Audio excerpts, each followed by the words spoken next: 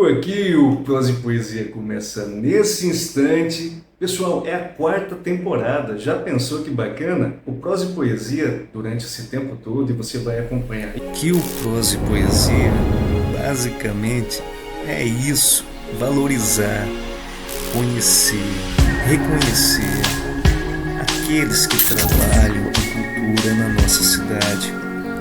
São literários, artistas, professores que fomentam a leitura, a escrita. Isso importa demais para que a gente possa aumentar e melhorar a nossa comunidade cultural.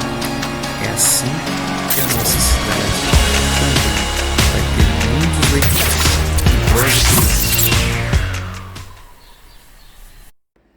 E é claro que isso só se deve a você, que vem acompanhando esse programa, nos incentivando a continuar, sabendo que nós temos grandes desafios, que é mostrar ainda mais as pessoas que constroem a cultura da nossa cidade, e é por isso que nós vamos seguir procurando e conhecendo e reconhecendo artistas da literatura municipal e regional, e é claro, tentando divulgar com a sua ajuda. Aliás, você já pegou esse link aqui, já mandou para mais pessoas? Olha lá, pessoal, porque só assim a gente constrói uma comunidade cultural e a gente faz esse programa chegar a mais pessoas. Contando com você. Estamos aqui, pessoal, com a Sara Caroline, nessa nova retomada da quarta temporada do Prosa e Poesia. Sara, obrigado, a gente vai ter uma conversa aqui sobre você, mas muito obrigado por a gente estrear essa nova temporada do Prosa e Poesia. Jorge, muito obrigada. Eu que agradeço pelo convite e espero que todos vocês que nos assistam possam curtir essa nova temporada com essa abertura dinâmica do Jorge. Eu estou muito contente de estar no programa. A gente agradece demais e antes da gente começar o nosso diálogo, vamos conhecer um pouquinho a Sara através do seu autorretrato. Sara Caroline, 35 anos, atua enquanto escritora, advogada, consultora jurídica, articulista, parecerista da revista jurídica do Tribunal de Justiça do Distrito Federal, com mestrado em Teoria Geral do Direito e do Estado e especialista em Direito e Processo do Trabalho. A dedicação da escrita são várias: 18 artigos publicados, 23 trabalhos de análise de eventos na área do direito, 14 artigos jornalísticos, é coautora de capítulos em 15 obras jurídicas e coordenou em conjunto 2 obras na área dos direitos das famílias. Autora individual das obras Verso e Subverso, Meus Amores e Manifestos, A Biopolítica e o Paradoxo dos Direitos Humanos, Faces de Mim, No Prelo. Vamos falar de todos eles aqui no Prosa e Poesia, Sara Caroline. Vamos lá. Olha aí que bacana. E olhando algumas fotos suas, Sara, a gente vê que talvez desde muito tempo, né, você já começou nessa construção poética. Como é que se deu isso? A Sara se transformando nessa poetisa que é agora. Jorge, foi um tanto curioso, porque na infância eu não tinha essa perspectiva de escrita. Na infância, eu tinha uma postura mais introspectiva. E quando eu fui morar em Cuiabá, que eu fui antigamente era Cefet, Centro Federal de Ensino de Mato Grosso, e hoje é Instituto Federal de Mato Grosso. E à época, em 2003, eu tive uma professora que marcou, assim, se alguém é culpado de eu escrever, essa professora. Ela mora em Cuiabá, o nome dela é Valmir Helena. E ela foi minha professora de língua portuguesa. E o nosso primeiro módulo que nós trabalhamos foi o módulo de desenvolvimento de escrita. E ela passou para que nós fizéssemos sonetos. Então, olha, vocês vão conhecer os gêneros literários e eu quero que vocês construam sonetos. E eu achei aquilo fantástico. Eu achei aquilo... Nossa, eu fiquei apaixonada. Eu falei, nossa, que bacana. E ali eu podia colocar tudo aquilo que eu não conseguia verbalizar.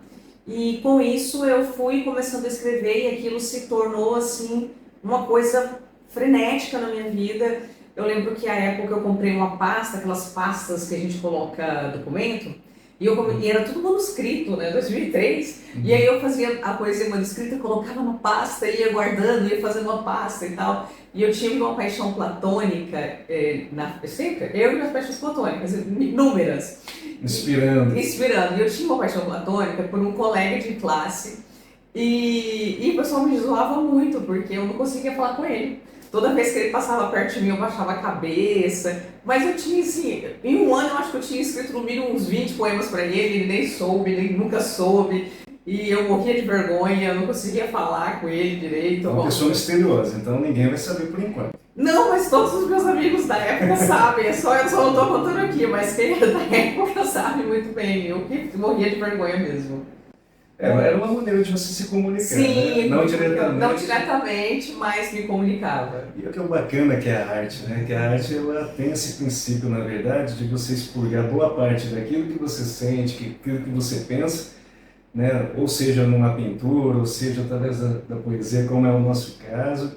E você sabe que quem diz bastante a respeito dessa vantagem, né, de você conseguir expurgar esse tipo de sensação, são os terapeutas, né? Fala assim que quem é artista já ajuda bastante na terapia, assim, porque você consegue de alguma maneira tentar dar o recado daquilo que está dentro para fora. De fato, e assim, eu consigo verbalizar melhor o que eu tenho a dizer quando eu escrevo do que necessariamente quando eu digo, não na perspectiva daquilo que é funcional, mas daquilo que é emocional. Eu tenho muita dificuldade de verbalizar o que eu estou efetivamente, se eu estou triste, ou se eu estou chateada, ou se alguma coisa me magoou, ou se eu estou muito extasiada. Eu não tenho essa facilidade que algumas pessoas têm de chegar e falar: nossa, como eu estou feliz aqui, ou como você me machucou. Eu já fico assim naquela internalização. E escrevendo eu consigo ser mais objetiva. Falando eu fico ali, então... Ou então eu não falo nada, que é pior ainda, né? Que a pessoa, ninguém sabe o que a pessoa quer, né? E aí as coisas vão fluindo, e eu posso dizer que parte da minha vida emocional, ela é assim, as coisas vão fluindo porque eu não consigo falar muita coisa. Bacana, Sani. E é legal também saber como se fosse uma fórmula também das nossas vidas, né? O quanto que é importante o papel da escola e dos professores nessa inspiração. Como é o nome da professora? Valnir Helena, professora maravilhosa, brilhante. Está viva? Está vivíssima, aliás. Gostaria tanto que esse programa chegasse na professora Valnir Helena. Quem puder compartilhar, compartilhe. Quem for amigo dela, mande para ela. Ela é uma inspiração para mim. E eu sou muito grata, devo muito ao meu processo criativo e até a forma de eu me relacionar melhor com as pessoas. Às vezes, quando eu quero falar alguma coisa, eu escrevo até uma carta, assim, para poder ficar mais claro, porque eu tenho dificuldades reais. E agradeço em representação a todos e todas os professores. Os professores são a fonte, o início, a ignição e a inspiração de muitas pessoas. Pessoal, professores têm que ser valorizados.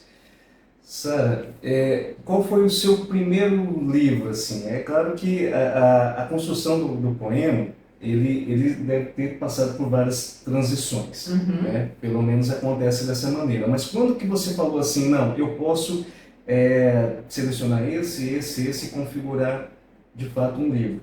Porque a perspectiva do livro é quando você está muito convicta daquilo que você está fazendo, né? Porque uma coisa é você escrever, nem todos têm essa convicção. Ainda que esse programa, inclusive, também quer acolher você, que talvez não tenha livro, mas que tem uma produção literária aí na gavetinha, vamos expor, tá? Que esse programa é para conhecer e reconhecer também a você. Quando que você esteve convicto e falou, não, é isso que eu quero fazer, mostrar para as pessoas, produzir e também publicar? Jorge, eu comecei a escrever, como eu havia dito, aos 15 anos. Mas eu sempre ficava com aquilo como um processo, como você disse, uma coisa mais introspectiva, guardada na gaveta, que muitas pessoas já chegaram em mim e falaram, nossa, eu escrevo também, mas eu tenho muita vergonha de expor. Também tinha. E aí eu guardei por muitos anos, eu publiquei meu primeiro livro, saiu, eu projetei aos 31, e também devo isso a uma terapeuta, então toda hora a gente tem um apoio. Aliás, o primeiro apoio meu foi a professora, fundamental nós valorizarmos os professores, e também os terapeutas, saúde mental é tudo. E a minha terapeuta, ela me incentivou, ela falou assim, olha, por que você, tá claro que eu já tinha feito psicanálise antes, eu fiquei quase 5 anos em análise, Mas aí eu precisei mudar a abordagem terapêutica e eu fui para uma abordagem diferente chamada MDR, Burns Point. E nessa abordagem ela falou assim, se a sua forma, né, que é de expressar, é a escrita, por que você não produz uma coisa bonita do que você sente? E eu falei assim, nossa, que ideia legal. E eu falei, vou condensar os poemas, mas eu não queria falar de dor, porque a dor eu já estava trabalhando na terapia. Eu queria falar de amor, porque a dor ela é inerente, o amor é algo que faz a gente seguir. E a dor, apesar de a gente estar ali, eu falei assim, vou escrever um livro sobre amor, sobre afetos. Eu quero escrever uma obra que fale não apenas de um afeto na perspectiva romântica, mas um afeto por todas as pessoas que fizeram e fazem diferença na minha vida. E aí eu construí esse livro, falando que é o meu primeira obra, que foi publicada pela editora Giostra, de São Paulo, e eu queria falar sobre os meus amores manifestos. Por isso que o título do livro é Verso, Subverso, Meus Amores Manifestos, de todos os meus amores. Então aqui tem poema para o meu irmão, poema para minha madrinha, para minha mãe, para minha cachorra, Sayuri, amo de paixão. Então assim, tudo tem aqui. Essa cachorra é aquela que foi retirada daqui? Sim, porque ela late demais, ela é muito ciumenta, ela não pode ver ninguém, ela fica latindo e querendo morder. Então a gente tem que dar uma afastada quando precisa de silêncio. Ela é um pouquinho terrível. Que bom, mas ela foi homenageada aqui. Foi em todos os livros, ela está nesse, ela está no segundo de poesia. Inclusive eu escrevi uma poesia para ela, Jorge, semana passada, que já vai para o meu outro livro do ano que vem, que a gente já está programando também de poesia, que vai ser, sempre tem um poema para Sayuri, é que nem minha mãe. Todos os livros têm um poema para minha mãe, todos os livros têm um poema para Sayuri. Mas é muito bacana, eu vou te falar, até para a gente dar um break nesse momento. Eu usava muito a minha cachorrinha, que é a Meg, mas eu nunca fiz um poema para ela, é até capaz dela me cobrar isso. Mas ela, na primeira temporada desse programa, tinha um pinta na tela Meg. Então Sério? ela colocava a patinha. Vamos rememorar isso? Coloca aí. Dos órgãos públicos, para que você pudesse se fazer a poetisa que é. Mas antes, pinta na tela, Meg. Tibum. E se você tem algum pelinho incomodando no seu corpo, você já não precisa mais se preocupar com isso, não é mesmo, Cássia? É mesmo, Jorge. Hoje a Espaço Laser é a maior e melhor rede de depilação a laser do mundo e tem cauterização da matriz folicular. Olha só, e nesse momento eu tô vendo quem? A Sayuri aqui, ó. Até ela fica pertinho aqui, trabalhando com a Sara. Sara e Sayuri. Bem isso. Claro, os animaizinhos são gratificantes, né? Dá uma paz, né, quando a gente está precisando, então eles merecem bastante carinho. Sara, além dos animaizinhos, você falou que boa parte da inspiração se deu numa temporada romântica. Sim, meu primeiro livro é totalmente romântico, assim, chega a ser doloroso de romântico. Que é esse aqui, né? Isso. Subverso, meus amores, manifesto. E como toda construção poética, e que existe essa dinâmica, ele foi migrando também, né? Você foi entrando em outras esferas. Que chegou a esse livro, que é o segundo? Isso, o segundo de poesia, correto. Sara Caroline, Faces de Mim. Deixa eu mostrar aqui essa capa, porque essa capa aqui ela chama bastante atenção, porque tem um desenho que eu gostaria que você falasse um pouquinho dessa capa aqui. Essa capa foi feita pelo editor William Cocobum, que é um queridaço. Que eu tinha, a primeira perspectiva, ele falou assim, olha Sara, o nome da editora é Minimalismos. Então qual é a proposta? Algo que seja impactante e que não tenha muita ornamentação. E eu falei assim, eu quero várias faces. Eu falei, ou uma dupla face, porque eu quero um livro que seja multifacetado.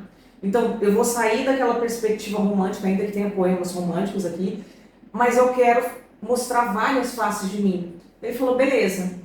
Aí ele me mandou um rosto em movimento, que tinha sido um outro, só que ele me dava vertigem, apesar de eu não ter labirintite, mas a minha mãe tem. Então eu pensei na minha mãe, eu falei, não vai dar pra ficar com essa capa. E aí ele me mostrou essa outra capa, pessoal, e ela é muito interessante, porque o rosto, vocês veem que tem uns traços brancos aqui, como se fossem vários véus nessas faces, várias faces. E ficou muito bonito, o trabalho do William é impecável. Na verdade, ele e o Bibiano, maravilhosos, gosto muito dos dois. Nossa, editores incríveis. Muito bacana.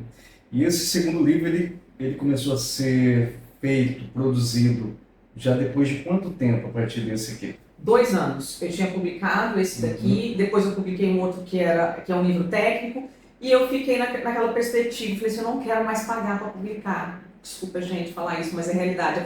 Quem escreve sabe que a gente paga na maioria das vezes. E eu falei, não quero mais pagar para publicar, eu quero participar de seletivo. E abri um seletivo dessa editora, acho que, se eu não me engano, era o primeiro seletivo dessa editora, Minimalismo, lá de São Paulo, e eu me inscrevi sem pretensão nenhuma. Tanto é que o título do livro não era Faces de Mim, era 100 Faces de Mim, porque eram 100 poemas. Ah, sim. E aí eles falaram assim, com muita educação, o William, isso é demais, ele falou assim, olha, o nome da editora é Minimalismo, então vamos dar uma minimizada nos poemas. Vamos dar uma peneiradinha aí pra ficar menos? Aí eu entendi o recado, falei, ó, você corta o que você quiser aí, tá tudo certo. É mais fácil eles cortarem do que a gente, né, Jorge? É muito difícil a gente falar, nossa, eu vou tirar esse, eu vou tirar aquele. O único que eu falei pra tirar era um poema que eu tinha feito em homenagem ao Corinthians. Eu falei, ó, vamos tirar esse poema em homenagem ao Corinthians, porque eu quero outro poema no lugar dele, que ficou Sinestesia, que foi um poema inspirado na minha primeira professora, que foi quando eu fiz com ela, nas aulas dela, Sinestesia. Eu falei, não, vou ficar com esse primeiro poema nesse livro, porque é para homenagear o meu início, e nada contra o Corinthians, apesar de eu ser flamenguista, e era um poema que elogiava o Corinthians, eu falei, não, vamos deixar de lado aqui, vai dar um pouco de polêmica, é um poema um pouco polêmico. Os corintianos ficaram de lado. Mas no próximo, de repente... No próximo, de repente, o editor até colocou, o editor é São Paulino, e ele escolheu o poema, deixou ele lá, ficava legal. É flamenguista? Eu sou flamenguista, roxa, gente, você não tá entendendo. Vai ter Flamengo em Cuiabá, eu tenho bandeira, a cama do meu cachorro tem até bandeira do Flamengo. Vocês não estão entendendo, gente. Bom, Sara, além da perspectiva poética, né, que a gente sabe e que é o foco, talvez, desse programa, mas também a gente não ignora e nunca vamos ignorar o fato de que você também escreve em outras esferas, que é a esfera em que você é formada. Sim, Sara é formada em Direito e nós temos algumas das produções também na parte específica. Sim. Vamos falar um pouquinho também disso, até porque também faz parte, né, dessa construção de pessoa, aquilo que você vivencia. E quem trabalha no direito, trabalha no atendimento, às vezes as demandas são bastante ricas, né? São muitas histórias, né, que pessoa no atendimento, quem é advogado sabe. Vou falar nisso, curiosidade agora. Você já pegou alguma referência histórica desses seus atendimentos aí que você tenha convertido em versos? Bom questionamento. Ainda não. Eu trabalho em famílias e geralmente os casos que eu atendo, eles são muitas brigas, muito conflito e às vezes até criminosos, situações criminosas assim, dentro da família que se desdobra aí para a área criminal. Mas eu acabei eu acabei não colocando em nenhum desses poemas nenhuma das situações que eu enfrentei. Já coloquei, por exemplo, situações de morte de pessoas queridas, que eu fiquei muito sentida e escrevi sobre isso. Mas sobre os atendimentos, não. É incrível, mas não. Nenhum dos atendimentos, e eu formei em 2010, né? Não coloquei, tem 13 anos, né, que eu tô formada. Mas no dia que resolver também colocar, 13 anos de muitas histórias. Sim, né? com certeza. Inclusive, tem algumas nuances que eu coloquei no meu romance, que deve sair esse final do ano, no começo do ano, que não é bem histórias de atendimentos, mas são algumas conexões com algumas histórias desses atendimentos, que aí eu acabei colocando um lúdico aí para dar uma peneirada no romance, né, da história da Maria Valentina. Então tem novidades por aí. Tem novidades, eu estou com o livro aprovado, contrato assinado pela editora Caravanas de Belo Horizonte. A nossa perspectiva é um lançamento de 100 livros que vão ser distribuídos entre o Brasil e Buenos Aires. A editora ela tem 2 perspectivas, então a gente vai lançar Brasil e Buenos Aires. Excelente. Sim. E na parte jurídica dos seus textos, assim, você publicou a sua dissertação? Publiquei minha dissertação, é um livro que fala sobre direitos humanos, que foi a minha área de estudos. O meu mestrado, ele focou em filosofia do direito com a perspectiva do estudo sobre as nuances da aplicação dos direitos humanos no sistema de justiça criminal. Então, a minha preocupação era estudar os hospitais de custódia em tratamento psiquiátrico, antigos manicômios judiciais, e hoje a gente chama de HCTPS. Então, o foco da minha dissertação foi esse, foi publicada tem 2 anos, por uma editora também não é aqui de Mato Grosso, e eu fiquei muito feliz com a publicação. E eu não estou com esse livro em mãos, porque o único exemplar que eu tive em casa eu emprestei, mas depois o Jorge vai mostrar a imagem. E foi um livro que eu faço esse recorte histórico, sabe, Jorge? Eu faço esse recorte histórico sobre os direitos humanos, sobre o que é o direito. Tá na tela aí. Sobre o que é o direito. E a gente vai fazendo um percurso histórico sobre a concepção do que se entende por direito e de que maneira os direitos humanos atuam em uma perspectiva de paradoxo entre uma esfera protetiva e ao mesmo tempo uma esfera de abandono, principalmente para aqueles que cometem crimes e têm aí algum transtorno mental. Essas pessoas, elas são relegadas a um sistema muito perverso de tratamento, que é o sistema das medidas de segurança, e é o meu estudo em foco. Você era muito bacana. E que bom que a gente teve esse momento, né, da gente saber um pouquinho de você, né? Porque a gente sabe que é muito mais profundo, tem muito mais coisa que a gente pode extrair e a gente ainda vai extrair, né, conforme a gente vai dialogando. E obrigado, né, por estar aqui, já abrindo essa 4ª temporada do Prosa e Poesia. E para mim é um prazer, tá bom? A gente ter esse convite. Jorge, e público, sou eu quem agradece o convite, estou muito feliz. É sempre uma satisfação, vocês não sabem, mas eu e o Jorge, nós estudamos juntos na graduação. Ele não lembra de mim, mas eu lembro dele. Mas estou muito contente de estar com esse poeta maravilhoso, participativo, engajado, um professor, alguém que pode e é ferramenta para a construção de uma sociedade melhor. Então, muito obrigada, uma satisfação inenarrável e um abraço a todos e obrigada pela atenção. Agradeço. Eu agradeço a você por estar acompanhando esse programa, que vem para conhecer e reconhecer as pessoas que estão produzindo aqui na nossa cidade e na nossa região. E esse programa ele só se abrilhanta se você estiver aí, curtindo, compartilhando, para que mais pessoas tenham acesso, tá bom? Como eu sempre digo, nessa despedida, paz, amor e poesia.